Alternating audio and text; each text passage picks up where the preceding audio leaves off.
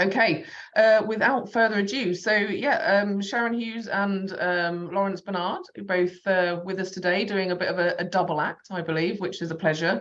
Are you on first, Laurence? No, I'm not actually. Oh, you're not. I just want to show my face. I just want to come on. Sharon. There Fill the void for Sharon. There we go. Yeah, I've been trying to unmute and on video. Your host has blocked. So this is about NoCheRo, so non-chemical rodent control. So particularly focusing on, for non-chemical rodent control, particularly focusing on snap traps. So we know that we have this integrated pest management approach with effective monitoring, hygiene, proofing. And then when it comes to pest control, we have both the chemical and the non-chemical use. And the areas where all these overlap is our areas of best practice. So moving forward, we'd like to keep both chemical and non-chemical control for efficient and effective rodent control. So next slide, please. Sometimes there can be a yeah, that's it. Yeah, that's it. There we go. Okay. So the German environmental agency called UBA, not to be confused with any type of taxi company, they approached the EU Commission. And what they said was they wanted to establish non-chemical rodent control, focusing to begin with on snap traps as a viable alternative to rodenticide baits throughout Europe. So by a couple of things here, by alternative, they actually mean replacement. So it's not you can use this or this, it's that snap traps will be the go-to to replace anticoagulant rodenticides. So while this is within Europe, and obviously we are no longer within the EU, the HSE will be taking into account and be watching what is happening within Europe, and this without doubt will influence any decisions that they make. So they want this non-chemical rodent control for both rats and mice, urban and rural, indoors and outdoors. And for all infestations, no matter how small, no matter how large, the push is that, yes, snap traps will work just as effectively as a rodenticide control. So we'll go through this and then very much we'd like your evidence and comments based on our experience to understand the implications to the industry of such a proposal. So really that's the basis of this. So I'm going to talk you through some things that we found, and then Laurence is going to do get some feedback to help us, the industry, move forward. Okay, next slide, please, Laurence. So what did we look at? So for a snap trap, we have the NoCheRo, these non-chemical rodent control. They've produced guidance on how to test if a snap trap does the job. So we set up a trial and we were looking at two things: efficacy. Did just plain and simple, did just using snap traps actually control the infestation? And the other thing we wanted to look at was humaneness. So for this, we looked at where the rat was hit. I'll come into that in a bit more, but for the NoCheRo guidelines, 120 seconds.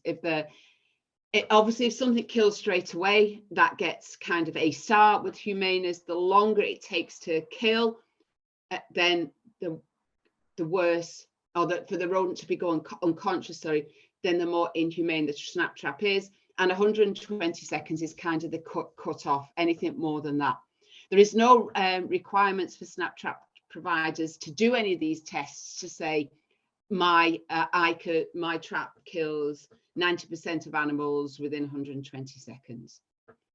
Next slide, please, Laurence.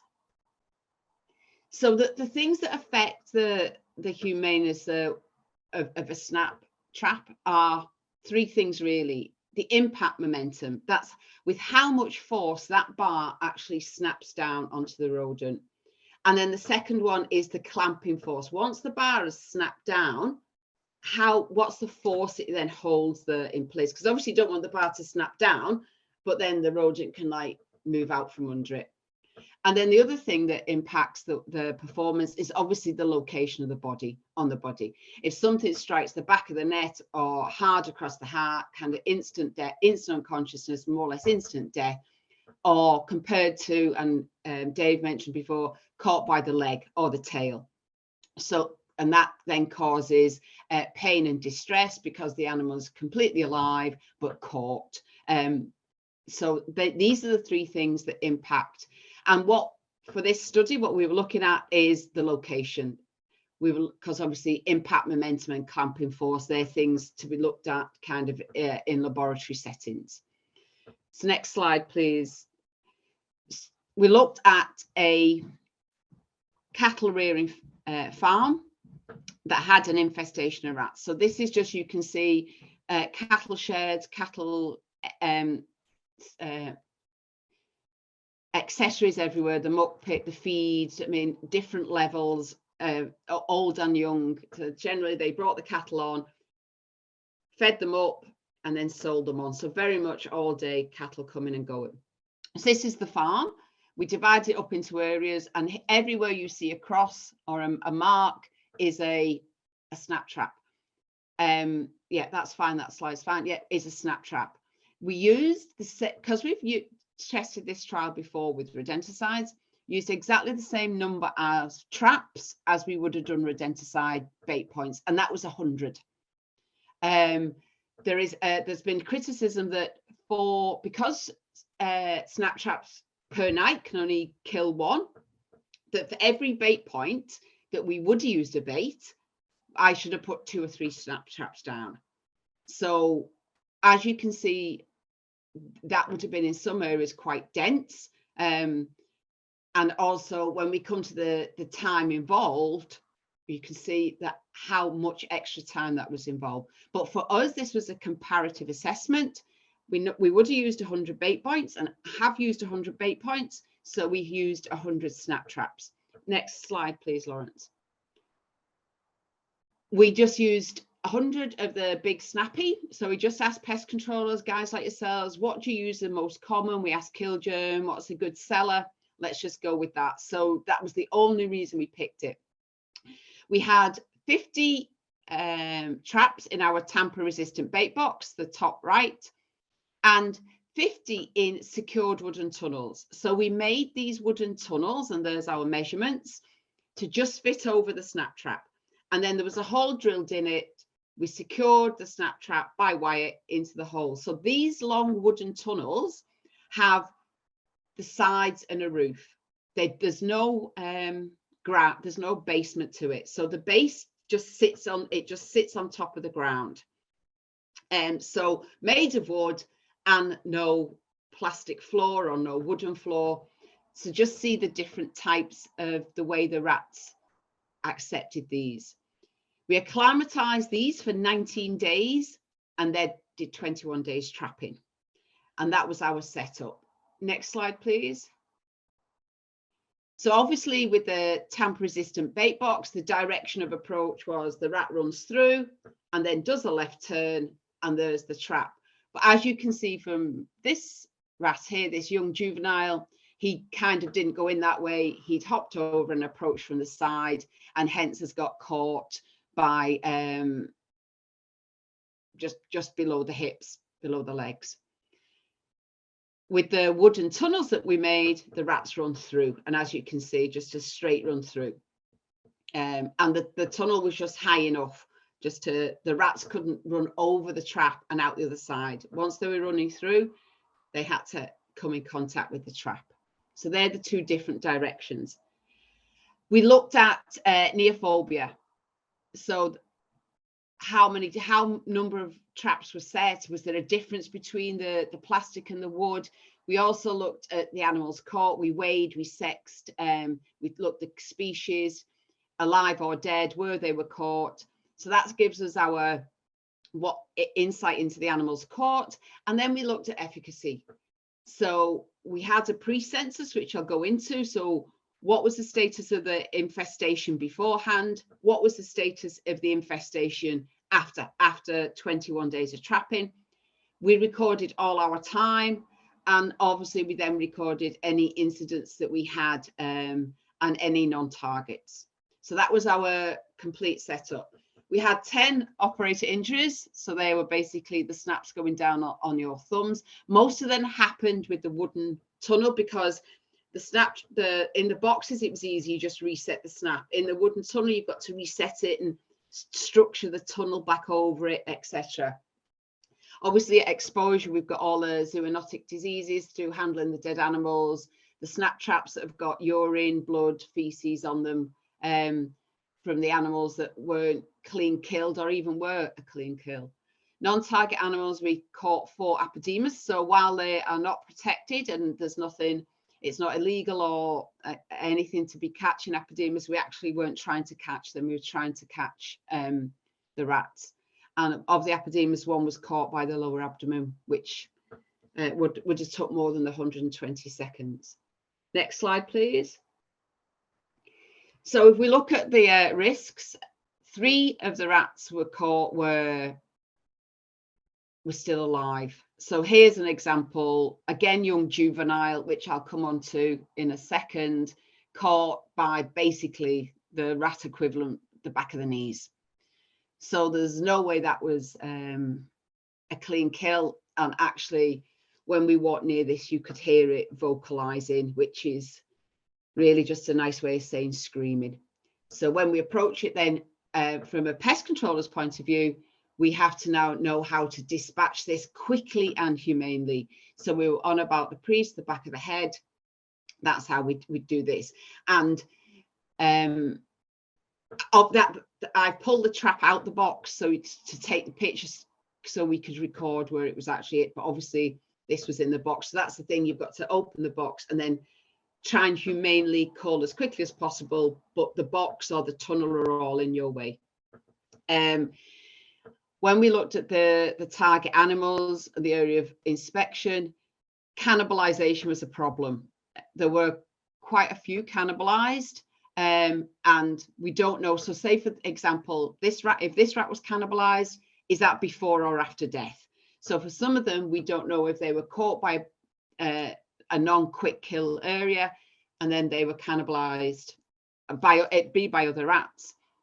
And then the other things we looked at was missed triggers, where the snap trap has gone off, but there's nothing been caught. So next slide, please. So do you remember I said we recorded all the areas of where the rodents were caught? And if we look, we had the head and neck at the bottom. We had just over 45 rodents caught that, and the chest. So I'm going to say that my judgment would be they're within the 120 seconds to unconsciousness. But then we have things like the leg and the tail, the lower abdomen. So the lower abdomen, I'm going for around about the hip area, the abdomen more like the stomach. So for me, none of them would have been clean kills, as in within the unconscious within the 120 seconds. So we have 37% were caught in such areas that were not clean kills. And therefore, like we say, would resulted in more than 120 seconds to die. And it's what is called a painful and distressing death. And then at the top, we had the cannibalization. So we couldn't actually tell where on earth they were hit. So next slide, thank you. So these are just 2. You've already seen one, and these are 2 others. Again, lower hip on the right-hand side, but they were found dead. Both of these are dead. So obviously we checked these once a day, and within the 24 hours. So we tried to reset them later in the afternoon and then come back in the day. So it wasn't like a 24 hours, but we still found them.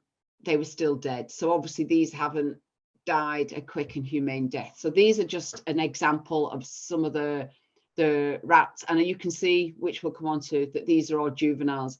You can see in the well, the peanut butter.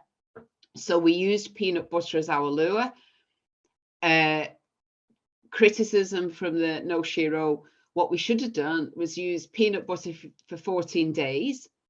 Then, because which I'll come on to in a second, we weren't getting control, switched to a manufactured lure that had like a savory taste. I don't say beef. If after another 7 days, we still weren't getting control, we switch back to a sweet, so chocolate is an example. And if after another 7 days, we weren't getting control, we switch back to a savory, I don't know, fish. So you give it 14 days with your peanut butter and then go sweet savory until you get control. So that's what the guidelines say. These are examples of cannibalization. So you can see the bottom right, not a clue where that was it, because they've eaten everything apart from the skin and the tail, and it's all been pulled through. The top one was the head. So I'm hoping by the area it was hit, that was a clean kill, and then they've cannibalized the head. The bottom left, you can see it's the back of the spine, and from the area that it was hit, that wasn't a clean kill. So I'm hoping that it was dead before it was cannibalized, but we can't tell with any of these really. But that's rats, they will cannibalize. So just under 10%, just under 11%, sorry, were actually cannibalized. Next slide, please. We had 55 incidences where the trap had been set off, but we got nothing caught. And in the bottom right, you can see blood. So we'd actually done some physical damage to one of those, but of the others, whether it was trauma, as in the trap had gone off and they think, right, I'm never going near that again, so that induced neophobia, or whether we'd injured some of the others, we just don't know. We just had 55 traps gone off with nothing caught in them. So next slide, please, Laurence. As you could imagine, we had twice as many caught in the wooden tunnel, traps that were placed in the wooden tunnel, than we did in the tamper-resistant box. It had no base to it. They could carry on running along their natural environment. It was made of wood and not plastic. And obviously that's significant. We had 105 caught in total. Next slide, please, Laurence. I've mentioned a few times, and you can see from the photographs that they were all juveniles, juvies. And here's a body weight look at thing. Almost 80% were less than 100 grams. So less than breeding age. And of that 80%, sorry, I've just read a comment. Of that 80%, 40% were less than 50 grams. So these are quite young rats that just, a lot of them not much bigger than kind of a mouse, just emerging. So we can see the rats below 100. So these were not breeding rats. So if we go on to the next slide, this is how we measured control. So we do, for people that have seen this type of slide before, for 4 days, we offer the rats pre-census. So that was just wheat. And on at the top, that's the number of these 100 bait points we used that had control, that had take. During this pre-census, the traps were being acclimatized, unset, but being acclimatized. Then we had a 15-day lag where there was nothing there, just the traps in the boxes acclimatizing. And we removed the pre-census to then remove any influence on the rodents. We then trapped for 21 days and then went back with the post-census, which was 100 points with wheat, just plain wheat on a tray. And the right-hand side is, instead of tracking show, it should say the number of takes. And we can see that actually after 21 days of trapping, the census has gone up, as has the number of takes. And we also used sand patches. We put sand patches down. Again, there were 100. And each of them got a score every day, depending on the activity. And we did the average of that score for each day. Next slide, please, Laurence. So this is what we found. The pre-census diet take, so our wheat was just over 7.7 kilos. And we had a tracking score of 207. After 21 days of trapping, it was 9.3 kilos. So we've gone up just under 2 kilos, and the track score has gone up to 240 a day. So looking at the census diet, we had an increase in the size of the infestation by 21%. Looking at the tracking score, an increase in the size of the infestation by 16%. with the average of 18.5% of those two ways of measuring the dynamics of the infestation. So 21 days of trapping, and that's where we were. And we had to finish at 21 days because the farmer had reached the end of his patience, and we'd gone from maybe 7, we estimated that how we calculate this out, about 770 rats to 930 rats. So next slide, please, Laurence. Okay, so operator hours, we calculated that. We did twice as many operator hours. Like I said, we've used this farm before. Normally it takes 18. This was 40. Just conscious of the time. Next slide, please, Laurence. Kilburn did a similar trial, same protocol. They used different boxes. They used different traps. They had 52 trapping points, and they had approximately 140 rats to start with and 170 when they finished. So similar protocol to us, 21 days of trapping, and their infestation increased by 20%. So this is in mine was obviously the trial we did was a large rural rodent infestation on a farm, and they also did, say, a medium 140 rats infestation again on a farm. So these are two instances, and their results were very similar. Even though we had a lot more rats, the results are very, very similar, give or take 20% control after 21 days of trapping. So what did we find? With issues with the mishits, over twice as many twice the time spent doing a trial with this than it was with the rodent infestation using rodenticides. Poor efficacy, like you say, ended up with nearly 20% increase. We think snap traps, I 100% believe that snap traps are a really important tool in the toolkit. 100% don't want them to see them go. But are they a total replacement under comparative assessment? Are they an equal to rodenticides and should replace rodenticides? Then no, for me, they are. We need both in our toolkit for effective and efficient rodent control. And really, the next bit is over to Laurence now, so he can ask a few questions and get your experience and views. Okay, take it away, Laurence. Yeah. All right, can you see the screen now? Yes. Beautiful. There we are. It's been a while since I've done all of this online technology. I'm a bit weak at it nowadays. I used to be good at it.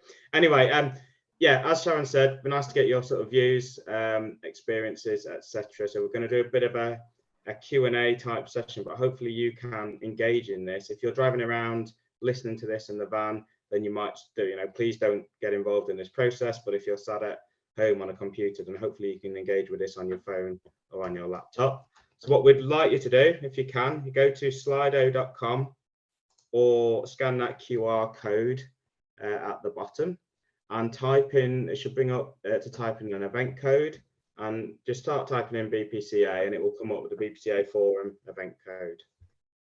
So if you Laurence, I'm not sure, I don't know if anyone else can, but I can't see the full QR code, so I can't. Just go to slido.com. I'll be honest with you, no, I'm not even 100% sure half these QR codes work from Slido, to be honest. I'll try it now myself. Yeah, it works on mine. I can scan it. No, it's just on mine. I think it's been cut off a little bit by the bottom bar. But I think we can put Slido in, like you said. Yeah. So hopefully you've all managed to do that, and we'll just do a bit of a test. We should work fine. There we are. Some people are already doing it. So this is the test question. Bit of fun. Which character was I almost cast for as a young boy? So the Milky Bar Kid, Bruce Bogtrotter, he's the fat kid from Matilda, La the Teletubby, Mr. Blobby's son, and Bodger's nephew from a children's TV show called Bodger and Badger. So just a bit of fun. But some people have seen this before, or at least seen me before, because I like to do these Slidos, and they may have guessed it. correctly. So 31 people, that's great. That's a nice base bar. Like I say, I appreciate a lot of people can't sort of engage in this, but hopefully all you 30 can hang on. 33, perfect. Now we'll get to 34, excellent. Right, I'm going to move on. That was just a nice test question to check that you could all access the technology. So excellent. To answer the question, it was the Milky Bar Kid. I came very close in the 90s to becoming the Milky Bar Kid. But unfortunately, my chance of fame was stolen away from me. So there we are. How things could have been different. Anyway, so just start simple questions, breakback traps. Do you find rats avoid them? Yes, no, sometimes. Really simple. No.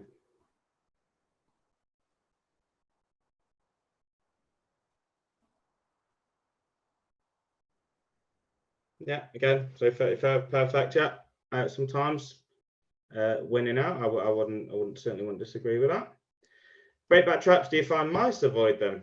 Whether that's house mouse or field mice, either one. Again, yes, no, sometimes. A fairly simple sort of sections to choose from. I appreciate we are going to go in slightly more detail, but hopefully it just gives a good starting point. Again, 37 people, perfect. Happy with that. Again, sometimes winning out, and yeah, again, no coming second, which again, from my experience, I would tend to agree with as well. Do you think snap traps are a viable alternative to rodenticide baits for all urban mouse infestations? So house mouse is what we're talking about, urban environments, and all. So every single job, you do every single job with traps, which is fine if you do, it's not a problem. Just trying to get a gauge of what people are doing and not doing. So looking at, again, 40 people have filled that one out, 90% are saying no, with a good small percentage saying yes. Excellent. Do you think snap traps are a viable alternative to rodenticide baits for all rural rat infestations? So if you don't do any rural work, then obviously don't answer. You can just not answer them if it's not appropriate to you, by the way. So are traps a viable alternative to rodenticide baits for rural rat work? Which many of you, I know quite a lot of people that are sat on this call today that I know do that sort of work. So nice to get that sort of level of feedback again. 95, yes.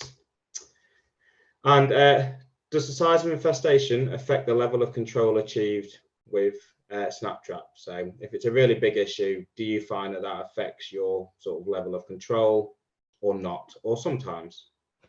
Hopefully I've explained that well enough. If it's a small issue, does that also affect it? But generally, yeah, is the size of infestation affect the level of control that you manage to get with traps? So again, 40 people, perfect. Do you think infestations of field or wood mice or Apodemus sylvaticus in and around buildings presents the same threat to human or animal health, infrastructure, so the buildings or environment, as posed by house mouse or rats? A bit of a mouthful. I don't think I can go say that again. So again, some of this might be relative to where you're doing your work. So if you're, I did an event down in London for the Greater London Pest Liaison Group not that long ago, and 99 times out of 100 they were dealing with house mouse, so didn't really come across field or wood mouse. So great. Have you ever encountered issues due to the lack of chemical control options against field or wood mouse? So until fairly recently, there was no chemical control options. Had you ever had issues with field mice that you couldn't control, is effectively what we're asking there. I'd had some personally, but I've also, solved a lot with traps with no issue. So it does vary from site to site and situation. But a very simple answer: have you ever had that issue where you've been unable to control a field mouse issue without the use of a chemical control? So 39 people have done that one. Excellent. So for those few that said yes, what were the issues? What issues did you find? This is an open text thing, so you sort of type an answer in and it should start to pop up on screen. So some people are typing now. So if you put yes and yeah, if you put no, don't worry. Just don't put anything. It's not a problem. Based on the last question, I'd expect 15 people or so to type. Yeah, everyone's putting there. It's if you put yes, just answer this one. As if you put no, just don't put anything. It's not a problem.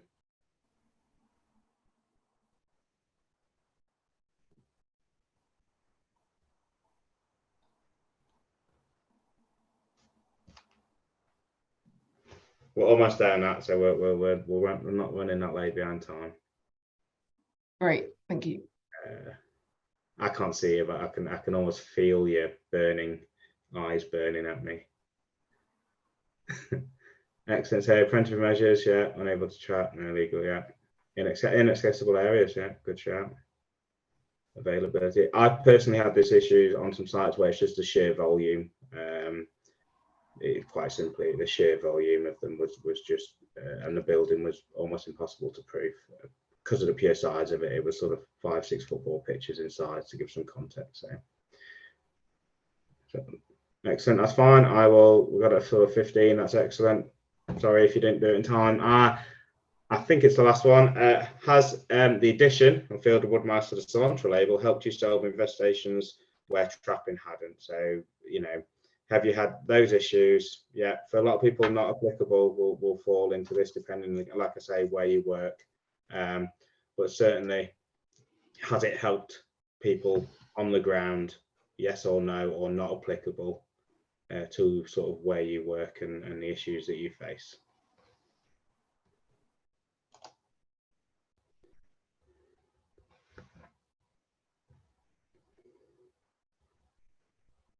Excellent. All right, I will 36. Right, I'll move on. And that was really it. I guess open Q&A. Right, we're right on the finish time, but a lot of the questions, there's 9 questions in the Q&A, and they're pretty much with the same kind of message, is that people are worried about, you know, this coming into force and then only being able to use traps and it be the end of pest control, etc. But that's not what's being said here, is it? It's kind of like we've done the trials and actually we show IPM is the best thing. Is that kind of your bottom line?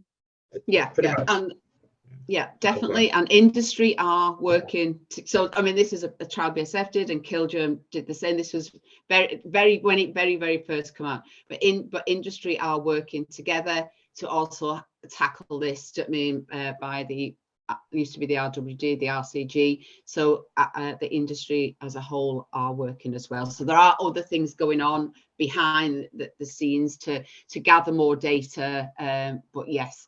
And then I know somebody asked about what we do with it, and I will be quick, but yeah, there's no guidelines on trap humaneness or not humaneness, how they manufacture them, and it's all voluntary. So that may be another thing that'll have to come out but yes, yeah, absolutely. And I think it was quite early on in the presentation when the concerns were popping up, but again, you know, industry is very much, you know, we need all the tools that we have in the kit, you know, not just one, and it's a public health industry, you know, it's not ever going to be something that is not needed. It's always going to be needed, and hopefully the legislatures will realize that. And so yeah, I think I pretty much did answer most of the comments or questions in there were very much heavy around the, you know, the upset around this possibly being the only option. But yeah, that's exactly the opposite of what, you know, we're all trying to do, isn't it? So yes, yeah, we're trying to challenge it, basically. That's yeah.